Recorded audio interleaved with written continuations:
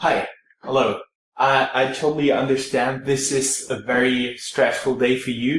Do I seem stressed? Huh? Do I seem stressed? No, but just for our listeners, because you've been coming in from San Diego yesterday. You've been here at the breakfast. Paul from Rheinland Startups did organize, and you've been talking there for 2 hours.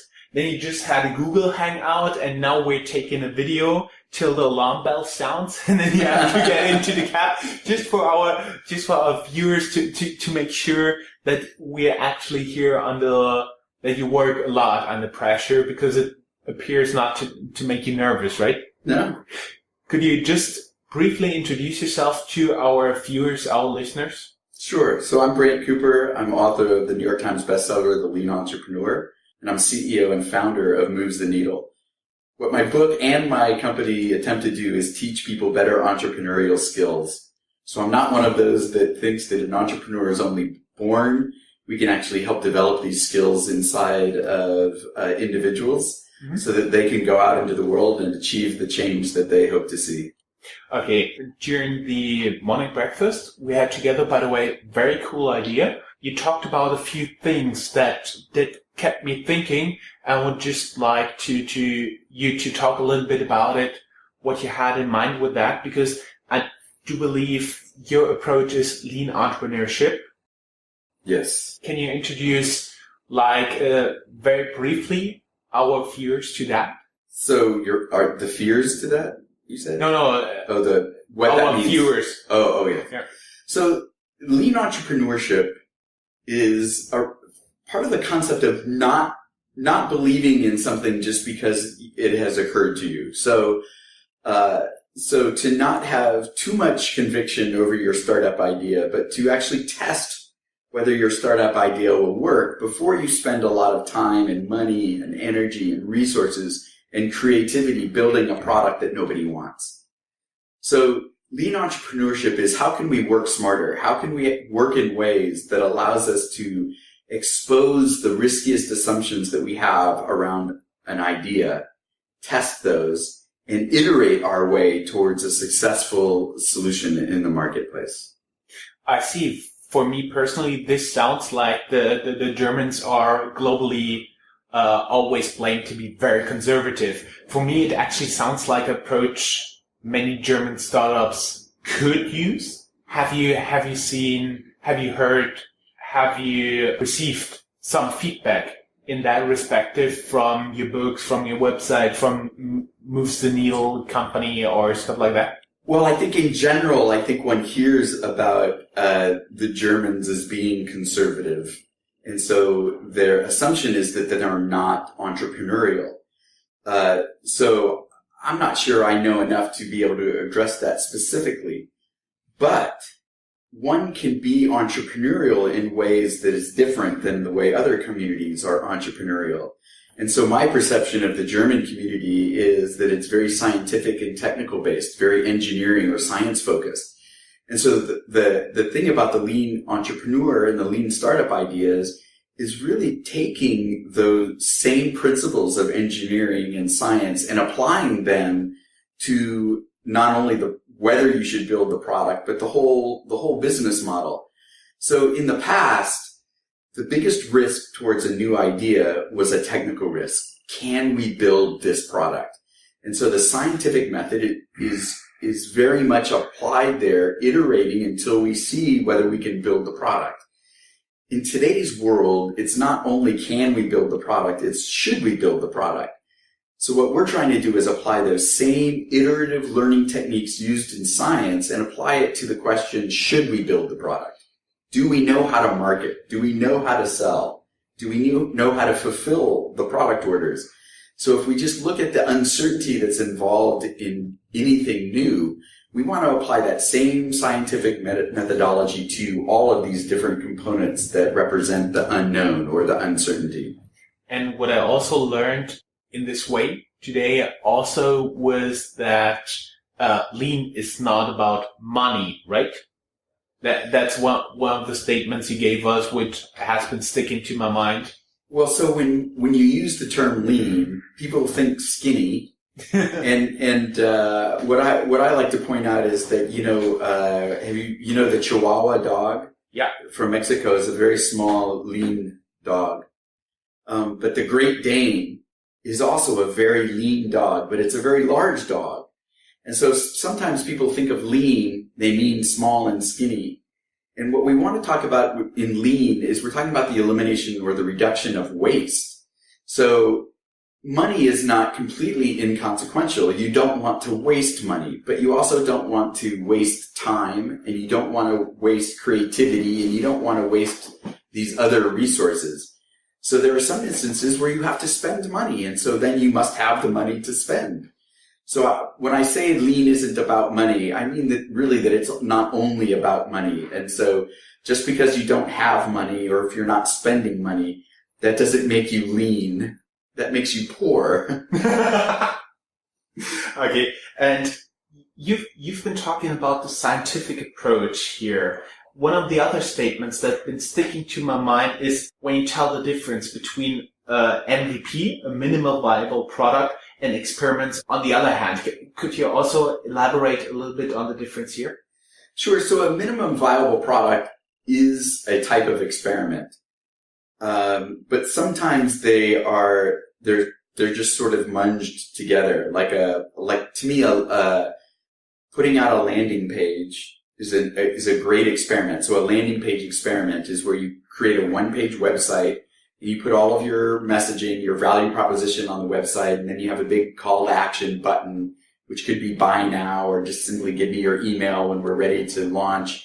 And so that's an experiment. To me, that's not an MVP. That's not a minimum viable product. And so that's where I make the differentiation.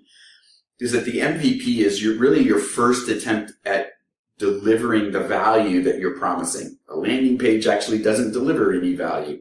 So the MVP is the first time to actually try to provide the value to the customer. It's an experiment still, but it's an experiment that is high degree in fidelity. So talking about physical goods, it would be something, the first functional product you can sell to a client. Right. So if your product is solving a problem, if your MVP is not making an attempt to solve the problem, to me, that's an experiment, not an MVP. Okay.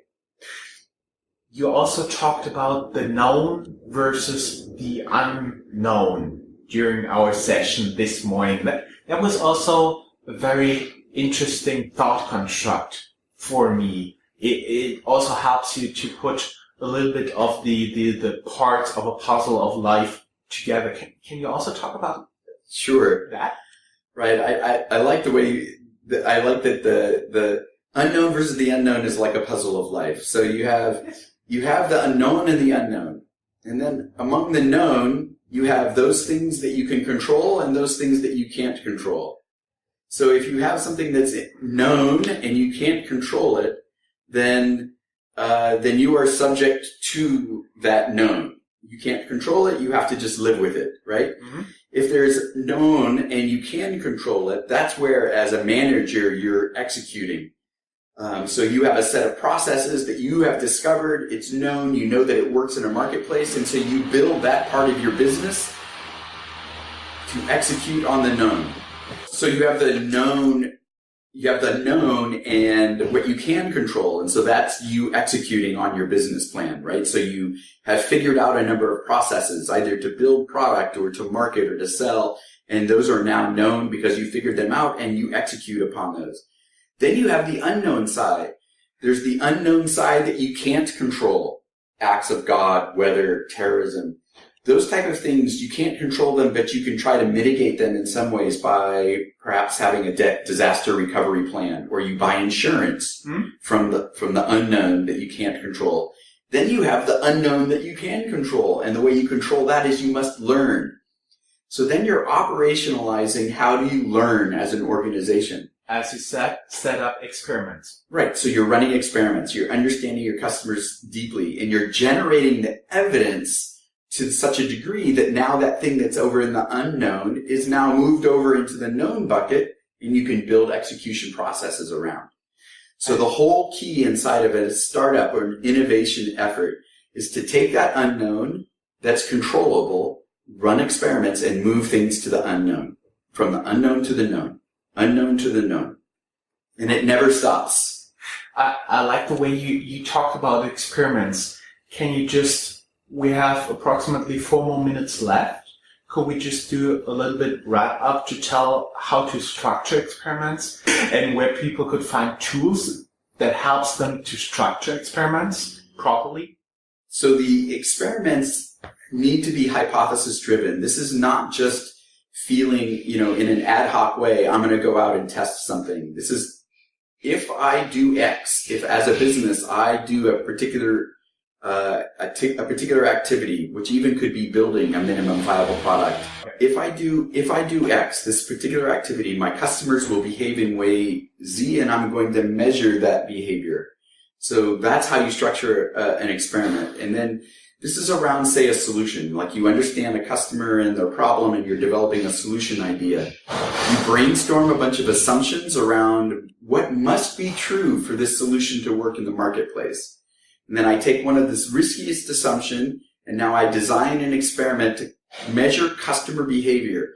This is not about asking their customers what they want or what they think, or asking customers to predict their own future. Customers are horrible at predicting their own future. So you want to build an experiment based upon a hypothesis that measures the behavior that indicates whether that assumption is true or not. Just one more question, because that is right now a little bit concerning me, because you've been working in startups during the 90s and you've experienced firsthand the dot-com boom and bust. You see any resemblance of the hype before the dot-com bust right now? I think there's some hype. It usually comes from investors, where they put too much money into companies. And then they put a lot of pressure on the company to grow faster than maybe is right for the company. And so a lot of that is up to the entrepreneur. I think the entrepreneur is a lot smarter now and knows better that if you take money, you have to still be in control of your company. And so this is a natural tension between the entrepreneur and the investor. But you have to make sure that you've moved from the unknown to the known before you try to scale. And so what happens often is people take money and then they're forced to scale, even though it's unknown. And if you do that, you're taking one shot at it, and you're either going to fail, or you're going to succeed, most likely fail. And so I think that there is a little bit of that still, but it's way better than I think it was in the 90s and early 2000s. This comes down to the quote that I like most about Breakfast, because when he said data is the way to raise money, because then you have taken most of the unknown to the known, right? Right. So data, in order to get investment, has two purposes. One is it shows that you're proving the business model, and really it benefits not only the investor, but it also yourself. If you take a lot of money before you've understood your business model, then you may be giving up your company to the investor. But if you prove your business model first, then you're taking money only to scale, and you've already figured that out. And so that means you get to keep more of your company. So that's a good thing. But it also, by presenting data, it's actually teaching the investor that that's how you're going to run your company. That you're not going to run your company based upon the opinions of the investor, but that you're going to run it upon the data. And so the earlier that you're using data to make your own decisions, that means the investors are going to be already operating within the context of evidence. Unfortunately, our time is over. Has been a great pleasure to have you here. Thank you very much, and I hope you come back and we have some more time for a more extensive chat. Well, I definitely will be back. Thanks for having me. Thank you.